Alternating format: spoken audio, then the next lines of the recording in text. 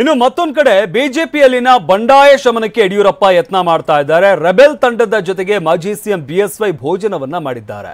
ಬಂಡಾಯ ಎದ್ದವರ ಜೊತೆ ಬಿಎಸ್ ಯಡಿಯೂರಪ್ಪ ಊಟ ಮಾಡಿದ್ದಾರೆ. ಪ್ರಮುಖವಾಗಿ ದಾವಣಗೆರೆ ಭಾಗದ ಬಂಡಾಯ ನಾಯಕರುಗಳೇನಿದ್ದಾರೆ ಅವರ ಜೊತೆಗೆ ಇವತ್ತು ಭೋಜನ ಸವಿದಿದ್ದಾರೆ ಯಡಿಯೂರಪ್ಪ. ಅವರ ಈ ಒಂದು ಬಂಡಾಯ ಶಮನಕ್ಕೆ ಯಡಿಯೂರಪ್ಪ ಯತ್ನ ಮಾಡಿರುವಂತದ್ದು. ರೆಬೆಲ್ ತಂಡದ ಜೊತೆಗೆ ಮಾಜಿ ಸಿಎಂ ಬಿಎಸ್ವೈ ಮಧ್ಯಾಹ್ನದ ಭೋಜನವನ್ನ ಸವಿದಿದ್ದಾರೆ. ರೇಣುಕಾಚಾರ್ಯ ಸೇರಿದಂತೆ ಪ್ರಮುಖರ ಜೊತೆಗೆ ಬಿಎಸ್ವೈ ಚರ್ಚೆ ನಡೆಸಿದ್ದಾರೆ.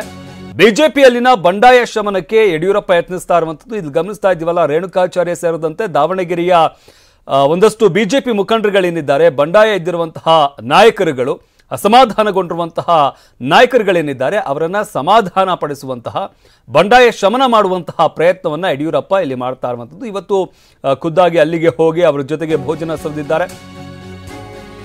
ಇನ್ನು ರೇಣುಕಾಚಾರ್ಯ ಸೇರಿದಂತೆ ಪ್ರಮುಖರ ಜೊತೆ ಬಿಎಸ್ವೈ ಇವತ್ತು ಸಭೆ ನಡೆಸಿದ್ದಾರೆ.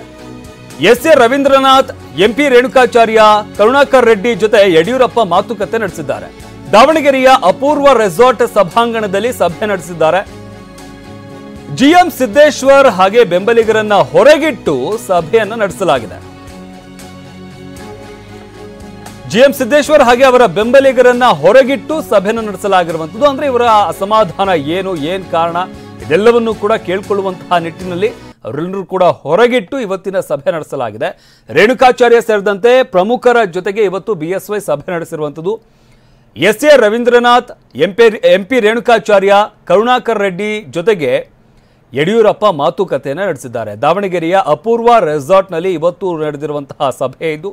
ಮಧ್ಯಾಹ್ನದ ಭೋಜನವನ್ನ ಈ ಬಂಡಾಯ ಅಸಮಾಧಾನಗೊಂಡಿರುವಂತಹ ಬಿಜೆಪಿ ನಾಯಕರೇನಿದ್ದಾರೆ ಅವರ ಜೊತೆಗೇನೆ ಯಡಿಯೂರಪ್ಪ ಇವತ್ತಿನ ಮಧ್ಯಾಹ್ನ ಭೋಜನವನ್ನ ಮಾಡಿದ್ದಾರೆ. ಇದರ ಜೊತೆಗೆ ಇದಾದ ನಂತರ ಸಭೆಯನ್ನ ಕೂಡ ನಡೆಸಲಾಗಿರುವಂಥದ್ದು. ಅವರ ಅಸಮಾಧಾನ ಏನ್ ಕಾರಣ, ಅವರ ಬೇಡಿಕೆ ಏನು, ಎಲ್ಲ ವಿಚಾರಗಳಿಗೆ ಸಂಬಂಧಪಟ್ಟಂತೆ ಸಭೆಯಲ್ಲಿ ಚರ್ಚೆಯನ್ನ ನಡೆಸಲಾಗಿರುವಂಥದ್ದು. ಒಟ್ಟಾರೆಯಾಗಿ ಈ ಬಂಡಾಯವನ್ನ ಶಮನ ಮಾಡುವಂತಹ ನಿಟ್ಟಿನಲ್ಲಿ ಇವತ್ತಿನ ಸಭೆಯನ್ನ ನಡೆಸಲಾಗಿದೆ.